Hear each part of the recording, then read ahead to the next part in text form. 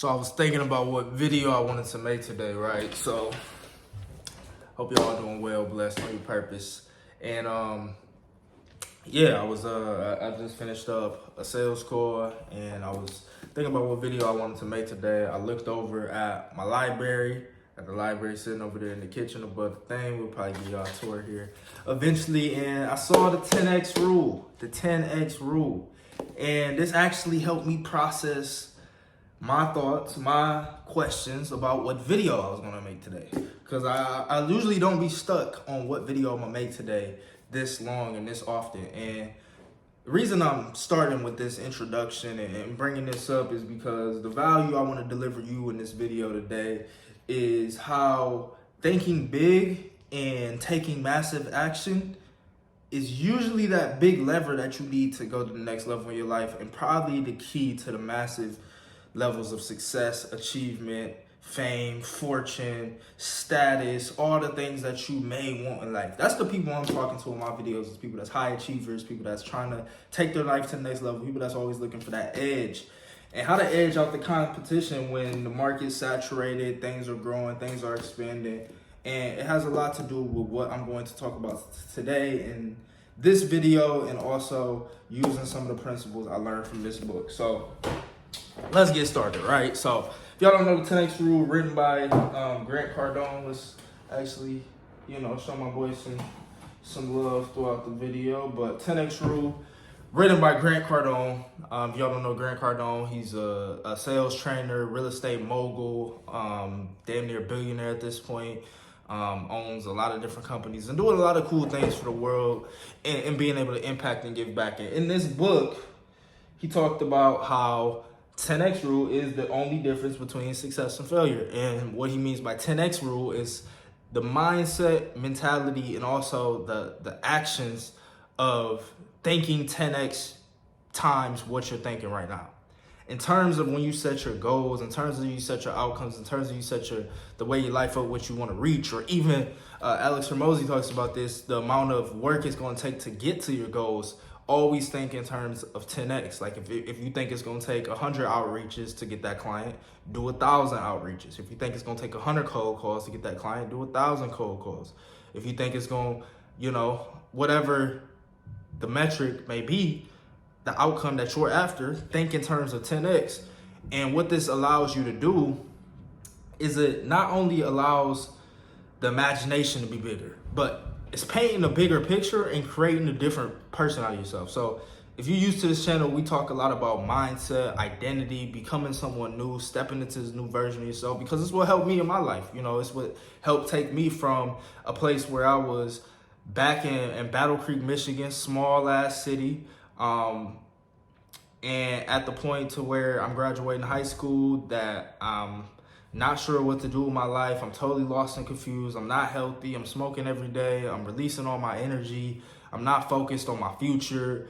And I really wasn't even in a happy mental state. I was depressed. I was anxious all the time. I had social anxiety. I was afraid to go into certain situations. So it just ultimately wasn't a good point in my life. But through this method of recreation, through this process of constantly pouring new things into my mind, constantly learning, constantly developing, constantly training, constantly trying to actualize my full potential, I sit here today and I look back at the person that would have set those goals at this point 6 years ago when I was 18. And I look at that person and I think, man, look how proud he would be of the person and the experiences and the man I've become until this far. And I followed this principle for a long time of setting 10X goals. So I probably would have been maybe disappointed that I wouldn't have been farther along. However, what Grant talks about in this book is not only 10X goals, but 10X actions. So when you set that goal, again, whatever you think is going to take, do 10 times amount of that. And a lot of times, the reason I want to talk about this book is a lot of times what holds us back from doing those two things, because they're both actions in a sense, right? What I just talked about. I talked about setting a 10X goal. The action of setting the goal is the action. And I also talked about taking 10X actions and steps to get towards that goal, right? However, the biggest thing that's going to hold someone back from doing that is their mindset, is their belief system. They don't believe they're worthy of it. They don't believe success is ultimately going to be pleasurable. They think if they get success, the people that love them is going to treat them bad, or people going to look at them like they're evil, or money is bad, or money doesn't grow on trees. They have all these bad beliefs. So really what this book has taught me, and what I think Grant was trying to get across, is this evolution of the mindset of the 10X thinker. It's not enough to just say that you're going to set the goal and say that you're going to do the actions, because what it takes is commitment to follow through. And that's what he talks about in the book. It's like, you have to be committed to success. You have to be committed to your goals. You have to be committed to the thing that you want to achieve. And the best way to be committed is to reprogram your belief system, so that way they're in alignment with the pleasure you'll get from experiencing your goal, aside from the pain that you'll get from your experiencing your goal. Because anytime we don't go towards something that we want, we associate more pain with achieving the thing than we do pleasure. Sigmund Freud said that the sum of all human behavior is to go towards massive pleasure and away from and avoid massive pain.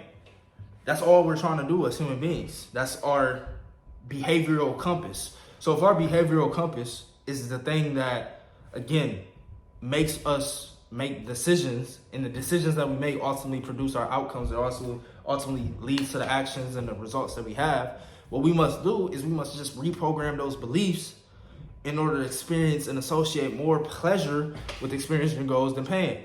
And this is what I had to do, because at the time, the pain of experiencing my goals was the pain of leaving my friends, the pain of making it seem like I'm better than them, therefore they treated me bad, the pain of having my family look at me different because I'm achieving my goals, the pain of if I start to act in true authenticity and true alignment with who I am and start talking about the things that I enjoy, then the people that I care about, I love, that's around me, my friends, my family, they're going to treat me differently because I'm acting different, or I'm learning, or I'm growing, or I'm talking about different things now that they not going to really resonate with me. But when you really just look at these beliefs, and these weren't like conscious thoughts I'm having. Consciously, I'm like, let's do it. Let's make money. Let's all do it together, blah, blah, blah. But unconsciously, I would sabotage myself because I had these blocks in my belief system that wouldn't allow me to take action towards my goals, because I would unconsciously and subconsciously associate more pain with going towards it than pleasure. So what do I have to do? I have to associate and flip the meanings of me accomplishing my goals, so that way it's maximum pleasure. It's all pleasure. Everything's gonna be great once I do this. My family's gonna love me even more when I do this. I'm gonna separate my old friends, or my fake friends, from my real friends, and I'm gonna have a deeper relationship to them. I'm gonna attract new friends who's better for me, that's on the same level as me, that's more in alignment, and they're gonna come into my life because I'm living a more authentic version of myself.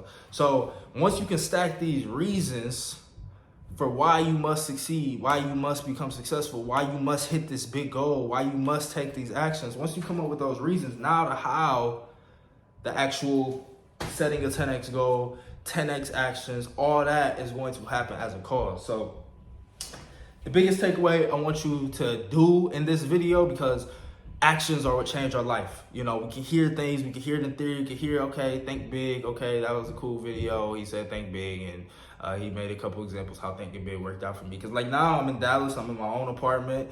I just got back from Thailand from 2 months ago. I made up to $20K a month in my online business. I haven't worked a job in the last 4 years, a 9-to-5 or anything like that, and completely by myself, working on my own, could travel, time, financial freedom. I'm not saying this to brag, because I could be doing so much more, and that's what we're doing here, right? But what I say is, the version of myself that was 18, working a job, low energy, low anxiety, not happy, not attracting relationships and they won't, skinny as hell, not hitting my fitness goals. I just hit my 215-pound fitness goal when I started working out back in senior year. I was 168 pounds. I still got the screenshot. So what's that? That's freaking 45 pounds of muscle I put on in that time. And it's changed who I am and who I became as a person. But I never would have took action if I associated more pain with going to the gym than pleasure. At first it was pain. I just used to associate pain. Oh, I don't want to look stupid. Oh, I'm going to be weak. Oh, I'm going to be embarrassed. Oh, I don't want to go. I don't want to go. But what was worse than that, when I had a girl I was interested in, make fun of how little I was, how skinny I was. A girl I liked at the time.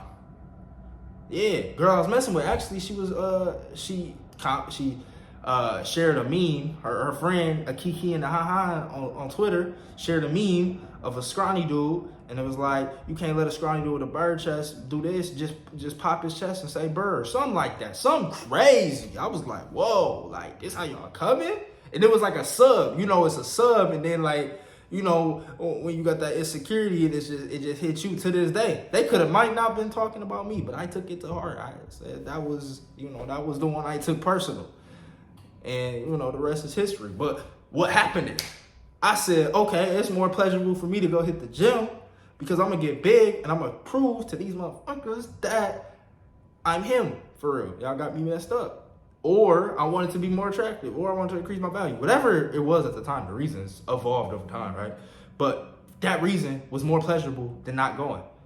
So make this switch, set some big ass goals, 10x the amount of actions you think is gonna get there, because that's what it's gonna really take to get there. Yeah. And you're gonna probably get there a lot faster, which is all Grant's talking about in his book and why he's done some amazing things so far and what we can all learn from. But then also recognize that it's really an identity change. It's really a belief system change. It's really stepping into the version who believes that the things that are good for them are good for them, and the things that are bad for them are bad for them, and believing that through and through, consciously and unconsciously, living in full alignment, full authenticity to the best version of yourself. Become that version of yourself today. Take an action that's going to step into alignment with that. And I'll catch you on the next one. Peace.